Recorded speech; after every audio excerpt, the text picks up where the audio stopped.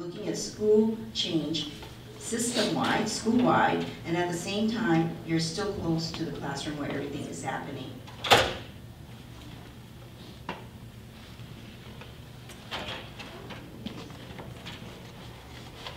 Empowerment.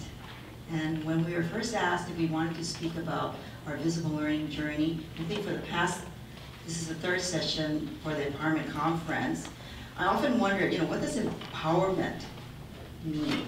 And I think that was mentioned this morning also. And even for our leadership team, what does empowerment look like? So, what's the first thing you do when you don't know what something is or what something is defined? You go to the dictionary, right? And so we went to the dictionary, found that the definition of empowerment is that there are measures designed to increase the degree of autonomy and self-determination in an individual. And I said, okay, let's go from there. Where does it begin? I think it begins with having a culture of empowerment, a culture where voice and choice is available for, at the very bottom, students. But we couldn't start with students, we had to start with the teachers, because teachers had to change their practices and their lessons in the classroom to bring out the voice and the choice of students. So this is what happened. The bigger question was, how do you create a school where individuals have autonomy and self-determination, especially if you're right in the middle of, first, No Child Left Behind, Race to the Top, and all the mandates and accountability that comes with it. Okay, if this morning you heard Tony Wagner saying that there is that F word, and that F word was? Failure. For our school, the F word was, we became a focus school. Okay, and the focus school is just right above being a priority school. When you're a focus school, a little bit of autonomy is lost. A whole lot of self-determination is impacted. We were a focus school 3 years ago, and therefore, we were asked to find a program that would turn around our school. And Heidi Armstrong, our CAS, would have been here this morning, except she couldn't make it because of an emergency. And I think she is the wisest woman ever, because she said, in talking with you, in talking with your school leaders, in visiting your classrooms, I know it's not that you're not doing the right things. I see your teachers, they're working very hard, they have all the right strategies, you have your data team processes in place, it may not be perfect, so what's not working? And she said, maybe you're concentrating a little bit too much. How about trying visible learning?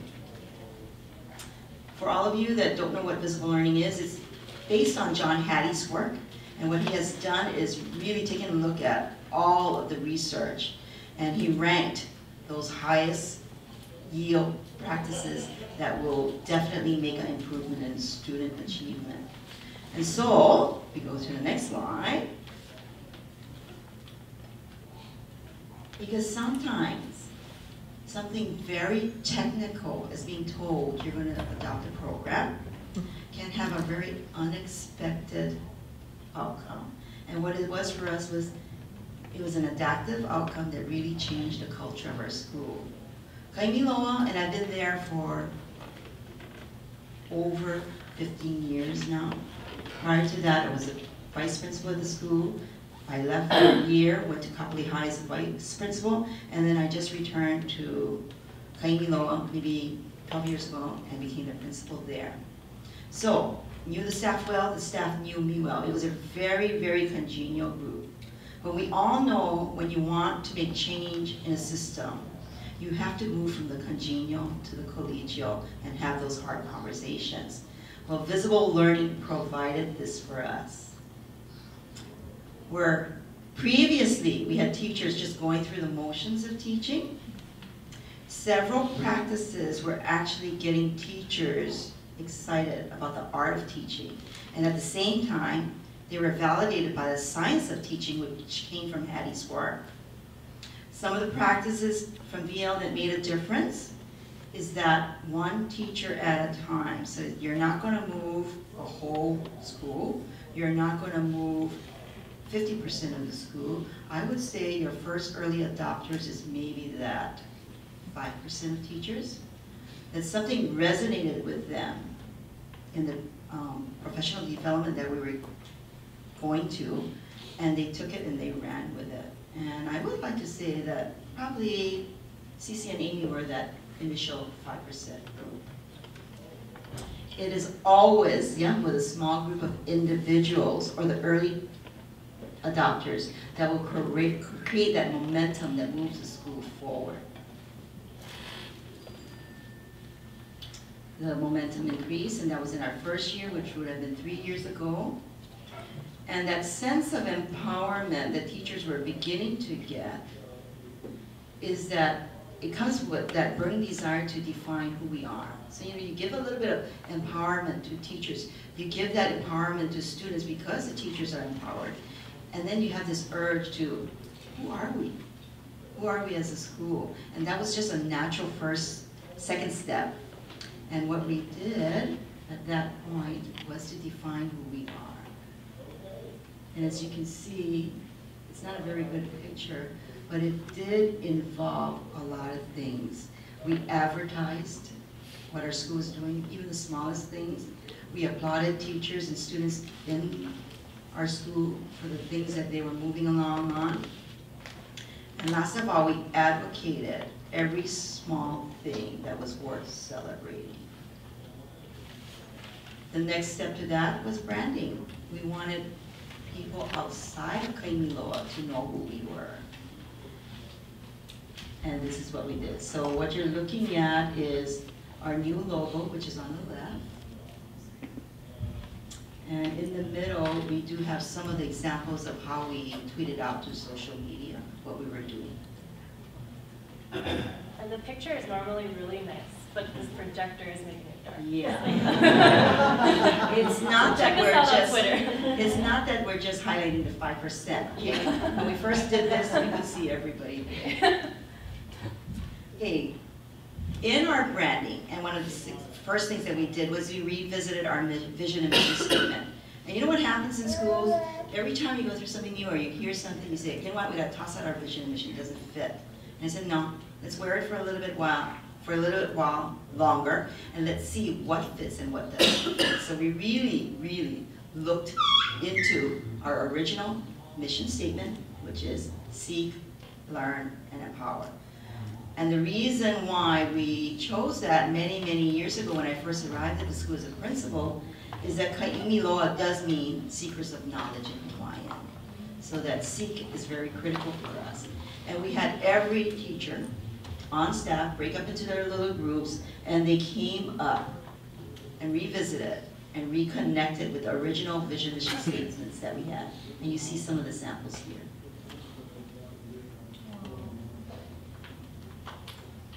After that, it was, okay, you have a great mission statement, yeah? Seek, learn, and empower. Why are we doing this? Why do we want to create students who seek, learn, and empower? Because that why is critical. And it's still in the making, and I think every day it's evolving, but after that session, it was to cultivate a community of innovators. Because at the same time, we were talking about what does 21st century learning look like and what will it involve. So that was one of our thoughts. We put it up there and we said we're going to revisit it.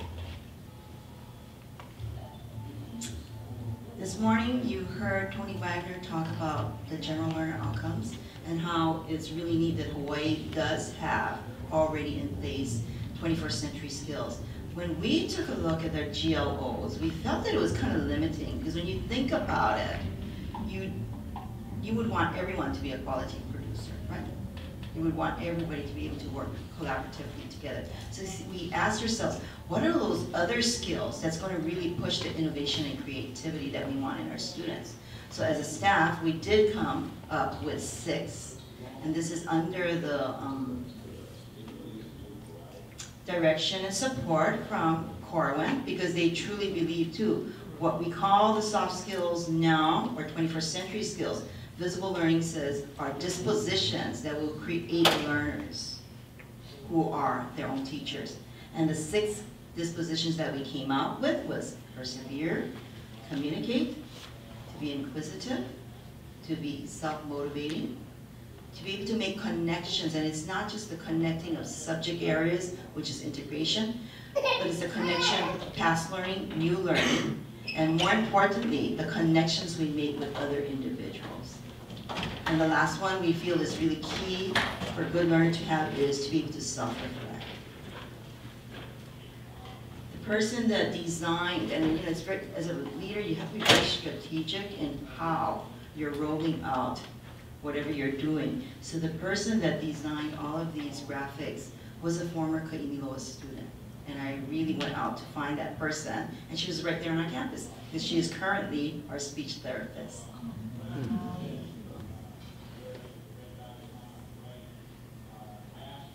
This is still under construction. Our original mascot was this really mean-looking cougar.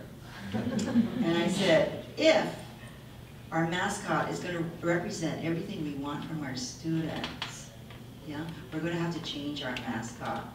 And so this is Kai Cougar. Kai Cougar went through at least 10 drafts because I said, I want Kai to look young, to look confident. And you know, each draft would come back and we would look at it and we said, no, what we want is a student or a mascot that looks sassy. Because I want our students, we all want our students to question their teachers, and they do in a respectful way.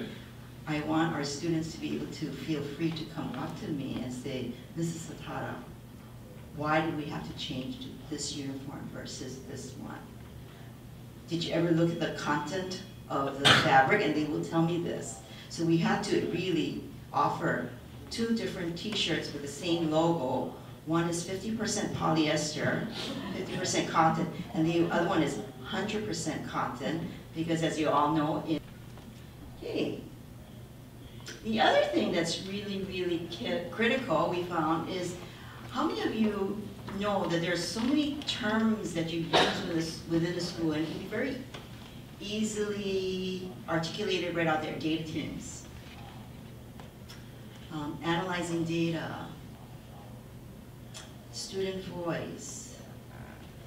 And what we found out was for every term that we were using, whether it was in our PLCs or our larger PD sessions, everybody had a different meaning, a small little twist to what it meant to them. And what we found out from John Hattie's work, that unless there is teacher clarity, as well as a common language of learning, a school can be going all over the place. So we spent a great deal of time initially bringing the staff together and really fleshing out, what does a PIT mean? What does it mean when you're giving struggle time or deliberately putting students in the pit? And if you look up there, this is after much conversations, the teachers came up with the defined meaning for Kaimiloa. So we have the definition for the pit. We have one for learning targets and success, learning targets or intentions. So that's one. They're the same. We use it interchangeably. There's a slight twist in the meaning of it. Success criteria, what is student voice? And each group also came up with a graphic that would stick in our minds. The big 3 questions that John Hattie will always promote, because they create students who are their own teachers, is where am I going, how am I doing, and where to next. And that was in the previous one. Social media. We blasted out whatever we were doing on Twitter, Facebook, Instagram. We revamped our school web page. So everything right now is on our web page. We're going to be showing you a video later, but if you go to our web page, what we really felt was important was to document our journey. Because sometimes when you're moving along with school change, you forget where you came from. And somehow, you know, when you document it, whether it's through DVDs or self-reflections of teacher, you find how far you've come. So that's also on our web page. But I believe some parts only teachers can see. But it's available there for our staff to look at. We define ourselves to our staff, we define ourselves to our community. Social media defined us to the world.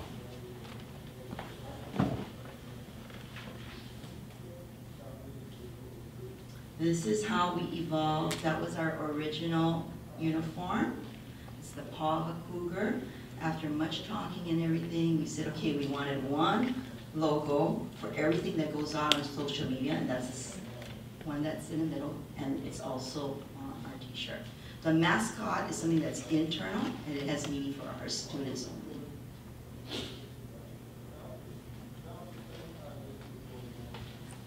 We also, with the help of Corwin, because they were working exclusively with us for the first 2 years, they did a lot of interviewing of our teachers, and in the process of interviewing, we were on webinars, and we highlighted teachers who were doing the good work. And what Corwin did was they came in and they did an interview and they wrote up the white papers. So then this is another way of promoting to the bigger educational opportunities. Since this went out, I think in Hawaii now we have a total of 9 schools who are actively getting physical learning training.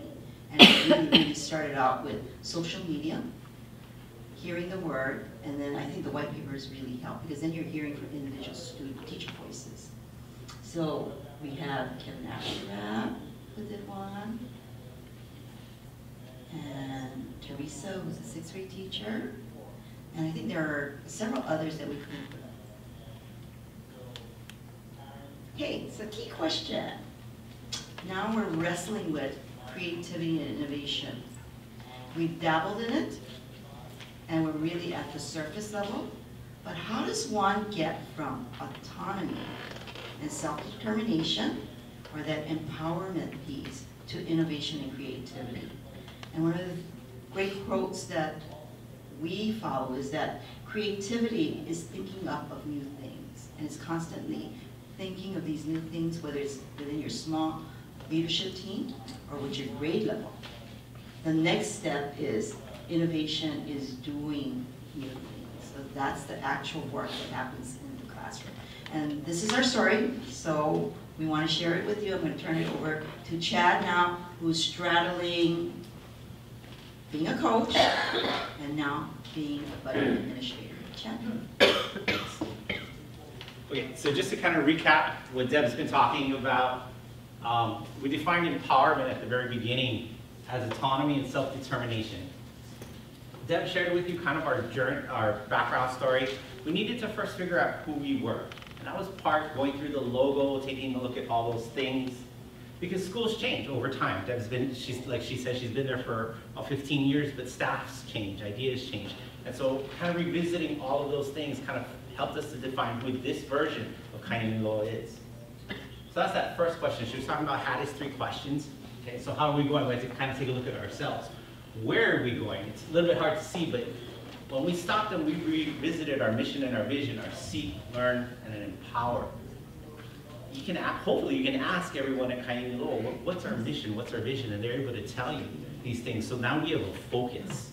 We know the path that we're walking on, the types of students we want to create. That's why it's so important for us to know our vision and our mission. And finally, where are we going? This next part of the presentation is all about how do we get there. Now,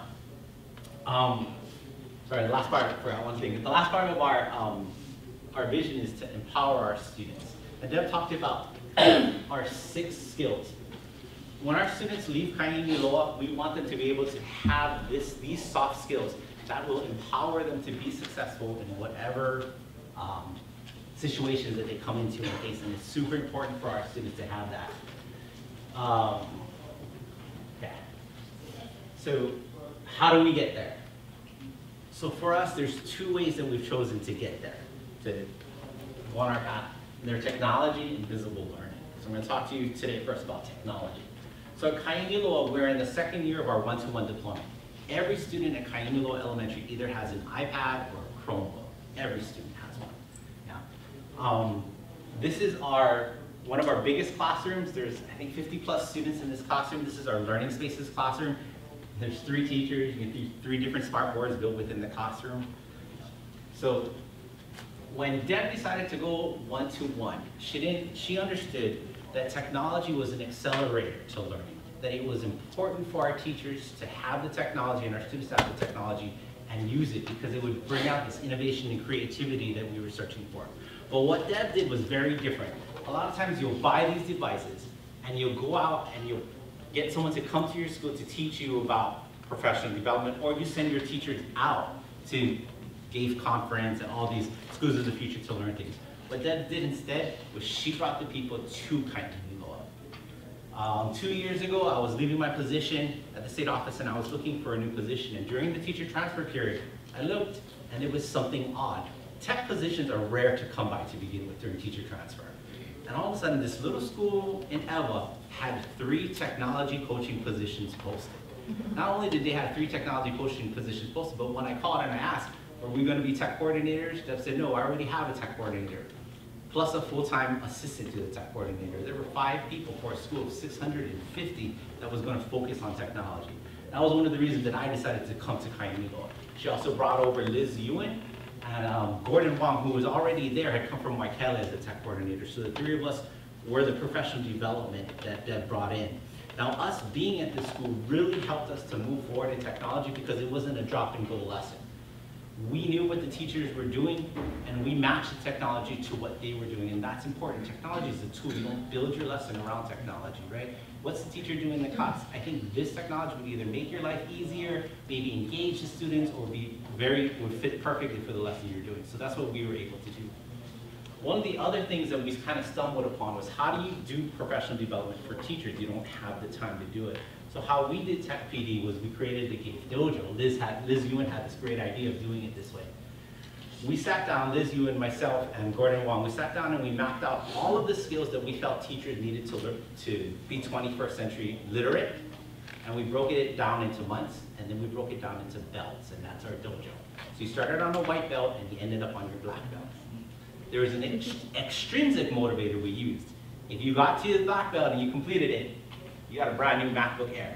And we made a huge celebration every time a teacher got it. We got the pictures taken, we put them up along the wall. You can see one of them there right now. It's written all the way around with the people. It's in our library so everybody knows. But one of the byproducts of doing this professional development this way was that we made the learning visible. We made visible learning happen for the teachers. What I mean by that is, as the teachers were progressing through the belts, we put that on a website for everyone to see. So you could see who was on white belt and who was on black belt. Because for some teachers, the extrinsic motivator of getting a brand new laptop is not going to help them. But if you're looking at where you are on that progression and you see everybody else moving forward and you're stuck on white belt, you don't want to be left behind. It also helped us to see the whole school was moving forward with technology professional development. Now, that was key to implementing visible learning, because for the first time, when you put your teachers in this environment, you're shifting from teachers to learners, because they didn't know the technology. So everything that we were talking about in visible learning, they had to become the learners. People ask me all the time, what's the difference between a 20th century teacher and a 21st century teacher? And you think my answer is going to be about technology or anything like that. It's not. I think the key difference between a 20th century teacher and a 21st century teacher is a 21st century teacher is a learner first, then a teacher. A 21st century teacher is a learner first, then a teacher. Because the teachers were in this learning mode, this environment, they had to experience a lot of the things that we talked about earlier. They had to persevere through the belts. They had to communicate with each other when they were stuck. And through living all of those things that kind of prepped them. And you'll hear John Hattie say this all the time. Visible learning is teachers. Once they became students, and students seeing themselves as their own teachers, they had to turn around and teach the things to their students. Yeah, and that's kind of the benefit that we had with making our teachers learn technology. And I'm going to turn it over to these 2 ladies, and they're going to tell you about visible learning. Okay. So, really great that Chad has this quote up, because I think that one part, the teachers see learning through the eyes of their students. It's kind of a hard thing to do. It sounds easy, but it's actually pretty tough. And it really kind of pushed us as teachers to go from a culture of teaching to a culture of learning. And that was a mindset shift in itself. So Amy and I, at the time visible learning was implemented about 3 years ago at our school, we were both teachers. She was in grade 4 and I was in grade 3. And you know, we learned a lot about visible learning and how it can help our students. It almost gave us a way to rediscover our job as a profession again, you know, like something research-based, something important, something worthwhile. And we got to delve into instructional strategies, and we figured out some instructional strategies are higher effect size and higher impact than some others. And as teachers, we needed to hold ourselves accountable to those measures so that we could be there for our students. You know, and through this journey, we learned so many things that our students were capable of. But you know, throughout this whole journey, you're going to see a lot of our highlights. But I also want you to realize, like, we're not a perfect school. We're still on the journey, I'm sure, as many of you are, and we're not seeing those astronomically high test scores yet. And but what we are seeing is this growth that I really haven't seen before. It's the growth in the mindsets, right? The growth in how students view themselves and being their own teachers. And in doing so, students have shown more creativity and passion than I've seen ever. And that kind of thing is really inspiring to me. So if you look at this, it's not going to be a really boring lesson. It'll be really fast and really interesting, actually. So you see right here, this is this effect size barometer. And in this zone is a 0.4 effect size. John Hattie, for visible learning, he came up with a bunch of different research points and found that there were certain effect sizes and certain instructional strategies that worked better or more, you know, just in that impactful way than others. So anything in the 0.4 and above section is 1 year's growth or more. So 0.4 is 1 year's growth over 1 year's time. I don't know if you know this, but Kaimiloa, we have a lot of kids who, you know, they have more than a year to catch up. They have 2, 3, 4 years, and they come in and we're expected to bring them not only to grade level, but you know, everything around that. So we really had to zone in on what this meant for us. And for teachers, it's kind of hard, like all these numbers and things that we have to look through. But as soon as we made it purposeful, it became real. And you can hear teachers talking about effect sizes at our school. So visible learning ignited our passions as teachers, and it really pushed us to work closely with each other to really get to know our students better at a deeper level. One major piece in empowering our teachers was this thing called the visible learning impact cycles. So the visible learning impact cycles are essentially action research conducted by teachers for teachers to improve student learning. The process itself is empowering because the research topic is always teacher chosen. So it makes it relevant to the teachers at that moment in time for them and their students. The focus of the research project is always about improving instructional practices and to develop our students as learners. Being able to see students grow after an impact cycle is like the most rewarding experience as a teacher. So all that work that you put in every night is worth it. So for us, this is where empowerment started. And even if we didn't see like drastic growth, I guess it was for us like a reflection piece for us to see where we could get better also. The impact cycles were also collaborative in nature. Teachers found partners outside of their grade levels to partner up with, and that partner became like a sounding board for ideas, but also to get feedback from. We shared what we were doing within our impact cycles, and then what happened was at the end of the research project, we would come together as a whole school, and we would share out to everybody to try it. And then what happened was it empowered other people to, I guess, try those strategies within their own classroom. So from teacher voice, we got teacher ownership. And then eventually these impact cycles became venues for teacher feedback and also collective teacher efficacy, which we all know as PLCs. And Hattie says that this collective teacher efficacy has an effect size of 1.57, which is more like close to 2 years gain over 1 year's time. Effective teaching practices were being shared out and applied across different grade levels. And today, Cece and I are going to share with you some of the things that came out from our impact cycles last year. So I hope that some of the things that you hear today will kind of inspire you, because it's really inspired me as a fairly new teacher. This is currently my 4th year in the DOE, and I learned that, you know, students kind of need to know where they're going, right? They need learning targets, they need success criteria. It sounds like such an obvious thing, but really, like, I tried to get them to, you know, learn about the lesson through these learning targets and success criteria. but what was happening were the students were kind of just memorizing them and then regurgitating them to me, and there was no like meaningfulness in the lesson and their learning. So what I wanted to do for my impact cycle was focus on this question: how do we as teachers get students to truly understand learning targets and success criteria, use it for their own purpose in their learning? And what happened with that was, you know, the collective teacher efficacy Amy was talking about, I realized I needed to talk to people outside and also to my own grade level.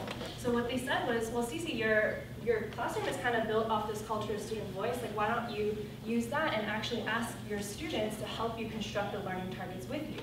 And at first I was like, oh my gosh, a classroom of third graders and me, how long is it going to take for us to co-construct, you know, learning targets and success criteria?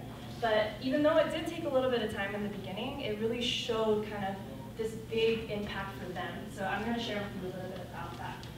It gave me a lot of kind of like insight into student ownership of what they were learning. So once they were creating the criteria and the standards, or sorry, the learning targets with me, then not only did they know it, but they felt like it was theirs. Like they felt like they were able to do it.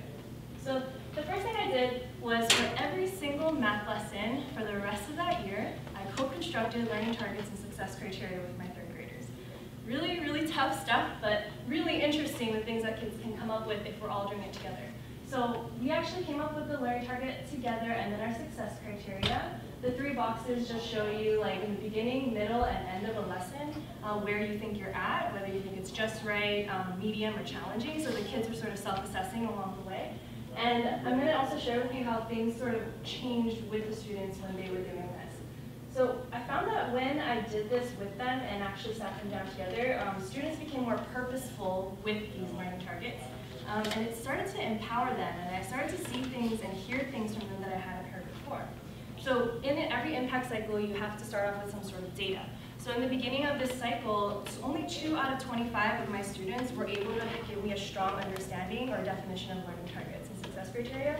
But at the end of the cycle, 20 out of 25 of my students could articulate to me, whether it was written or oral, what that was to them. And so actually, you know, just me standing up and telling you is probably not enough. You might want to hear from the students themselves. The first video you're going to hear is from Lorraine. She is kind of like a very shy girl, but she's really into being good all the time. She's that student in the front row who's always like, I know the answer, I know the answer. And she was really used to that sort of take in the information, regurgitate it back to you, and I get a good grade. So you're going to see that. Yeah, actually, let's just let it play.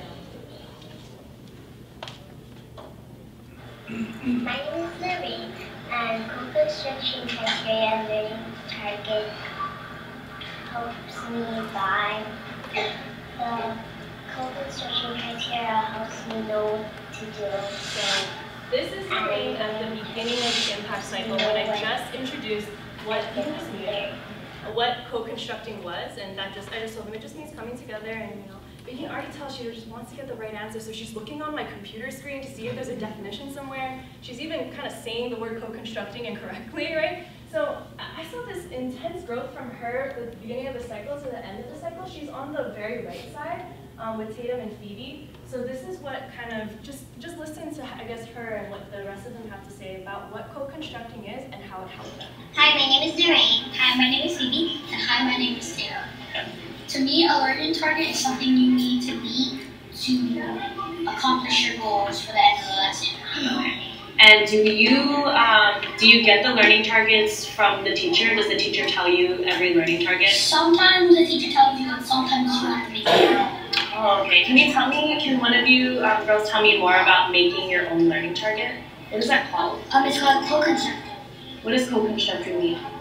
Co-constructing means you're with your teacher making your own learning target.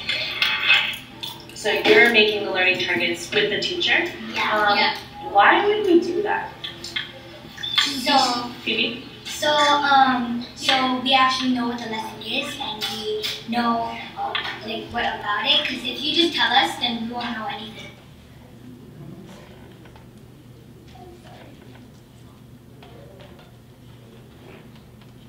So sorry, I am not used to this clicker thing. Should we put it next?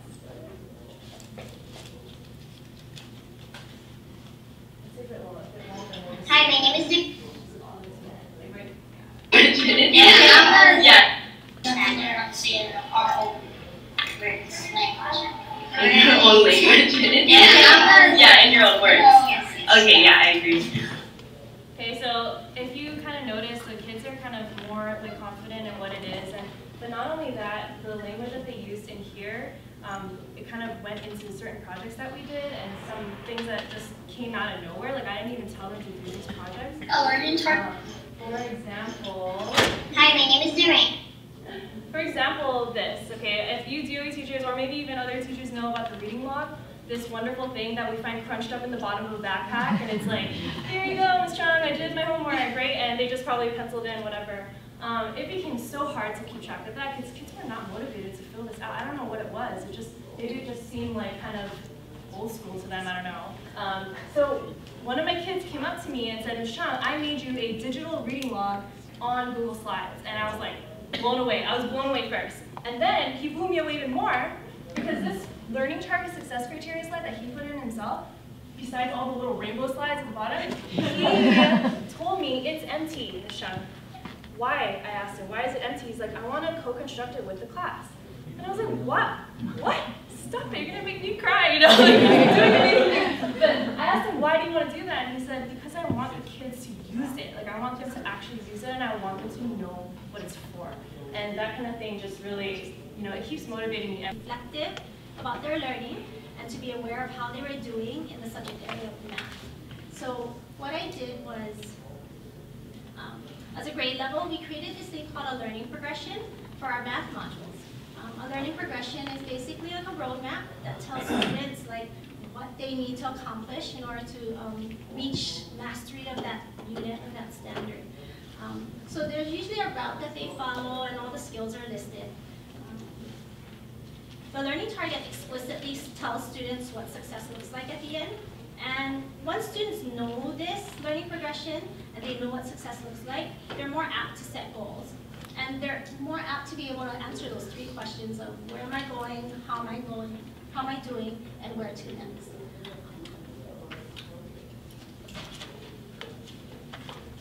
This is the example of our learning progression. I know it's like really huge and there's a lot of words on it, but the kids were taught how to read and decipher it, and as we were going along every lesson, like we would go over it.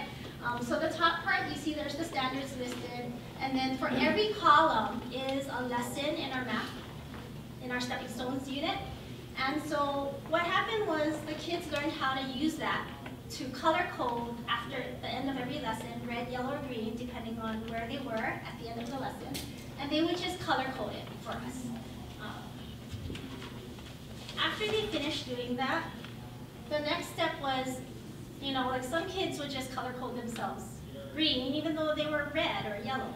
So I needed them to show me proof that they really knew how to do that math concept or that math criteria that I had set up. So because of that tech integration and every kid had their own Chromebook, what I could have them do was video themselves doing reflection. So this is an example of one of the reflections that came out of it. For this one, I am doing, I can find the area of rectangular shape, so I'm showing my thinking. I already drew a picture of my thinking, so this is it. So as you can see, this child used a Google app called Screencastify, and what they did was they video recorded themselves. They drew a picture on Google Draw, and they went back and they videotaped their screen and they explained their thinking. Oftentimes when kids did this, it made them change the colors that they had originally given themselves, and I encouraged that with my students because I wanted them to realize that learning is not a destination, but rather a journey, and it's okay to go, like if you thought you were green, to change it to red, because then I would be able to give you feedback that way. After this, the next step was exactly feedback. So I would go in and I would watch the videos, and the next step would be to give them feedback. So here's an example of how I gave feedback to the students. Miss Santos, you commented me over here that you disagree with my answer. So I'm making this other video so you can see so you'll see my correction. Okay, Miss Santos, I made corrections, so I did it a different way. So I did it like the way we usually did it in class. We added those up. So according to Hattie, feedback has a dramatic impact on student achievement. So giving him feedback and having him going back to revise his thinking was, important and it was something that I valued and that I wanted to do for my impact cycle. So the power in all of this, the power in doing all of these reflections and getting kids to self-assess was to be able to hear from every student. Even the most quietest child had to record themselves doing something or to show me proof that they understood something. So in my classroom, every voice matters. And I sent that message of, I want to know what you're thinking, whether or not it was right or wrong. I just want to know what's in your head. And even if you don't get it, I'm here to help support you. So that was the message that I was trying to send to my students. And for many students, video recording themselves was tough. Even for adults, like watching yourself on video is hard. So it was about leaning into the discomfort. They needed to see themselves on camera and be able to hear themselves speak to realize if they were getting it or not getting it. And so empowerment begins with a mindset shift almost, leaning into that discomfort for teachers and for students alike. And when you're talking about, I guess, leaning into discomfort for teachers, what we mean is that we're often afraid to let go. Because when we've been in teacher school, we've always been agreeing with the fact that, a quiet classroom is a good classroom. Teachers should know everything. But we know that through studies that's not reality and that's not true. So we've learned that making mistakes, failures are good. So it's okay for us teachers to learn alongside with our students. And oftentimes we just need to let go of that control and not be afraid so that we can grow. And I guess this is the catalyst for us to get to that innovation and creativity, because if we're not able to let go of control, we're always going to go back to what we're used to.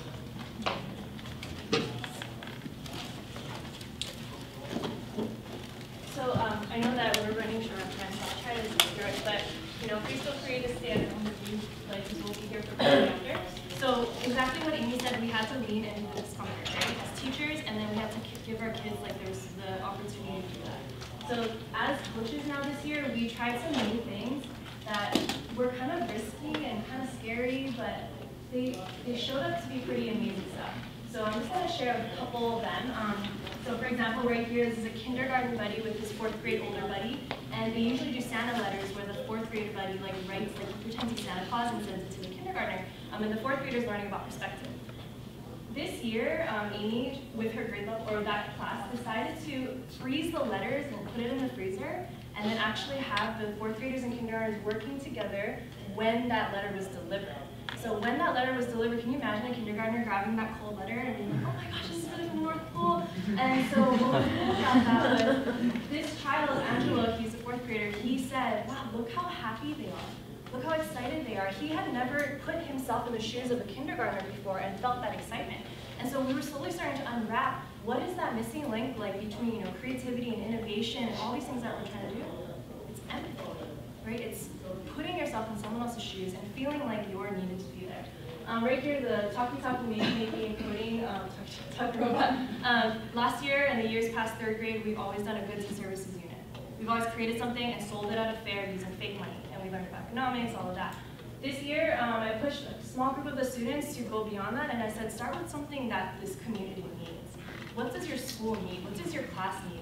And for 3rd graders, sometimes it's as basic as, these kids, they said, Ms. Chung, there's so many kids who are shy, and they're afraid of talking, and I want to create something that can talk for them. And so out came T3000, this talking robot that they coded on Scratch Junior and hooked up to a Makey Makey, so when you press the button, it starts to talk. This is a teacher right here who's getting to press it and play with it. On this side is our first ever robotics team that we started this year. Lots of risk, lots of jumping. And this is an example of where empathy actually, not from the students as much, but we realized we didn't have it. because the students were uncomfortable asking each other questions about how to make a rubber band robotic car. We asked them why, and the kids said, it's because we don't know each other. And in the rush of kind of pulling together this robotics team, we forgot the most important part, which is community building. And so now our next step is to bring that community into that team.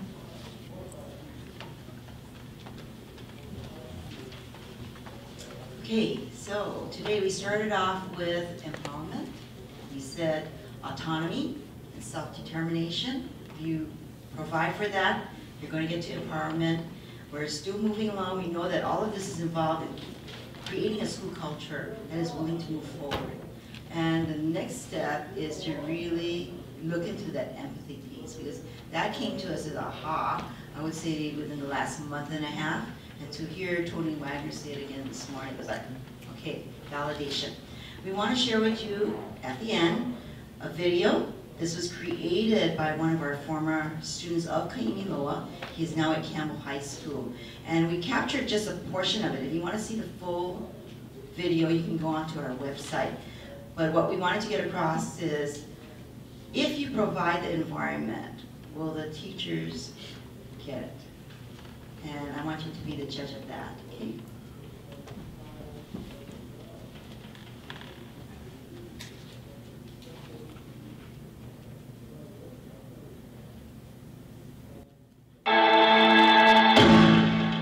Teaching is purposeful again for me. I'm just more excited about teaching. I'm learning so much more new things about teaching that I wasn't aware of before. The journey that we're on for visible learning, it's not an individual journey, but we're kind of all in it together. So it makes it a little bit easier to take that risk and be vulnerable, you know, to let people know, like, I need help with something. We, as teachers, want to ignite a passion to learn, and visible learning has done that.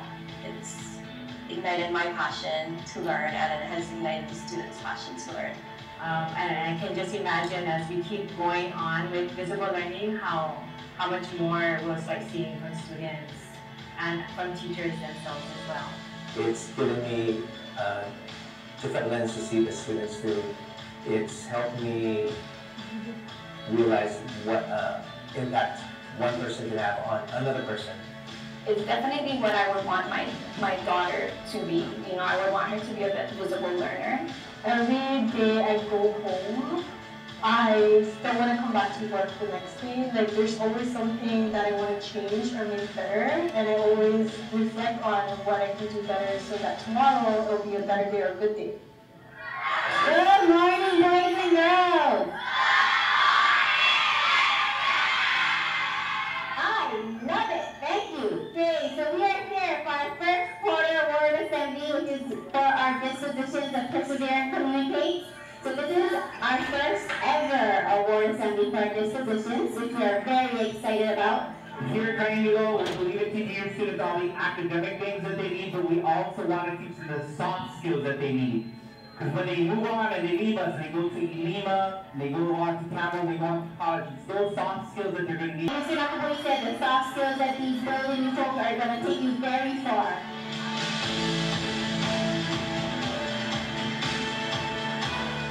I think my students bring out the best in me, and they challenge me in ways that I should be challenged.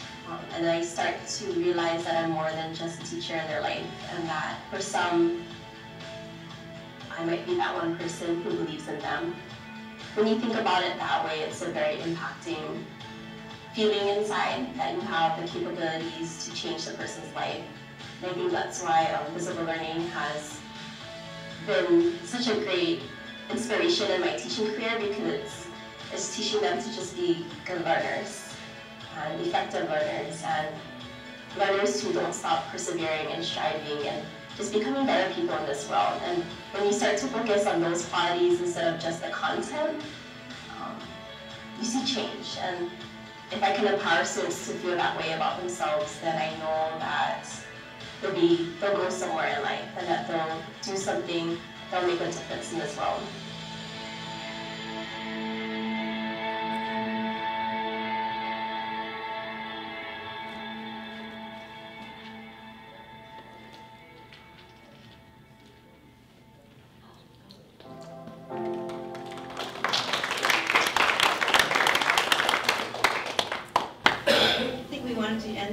with one last thought.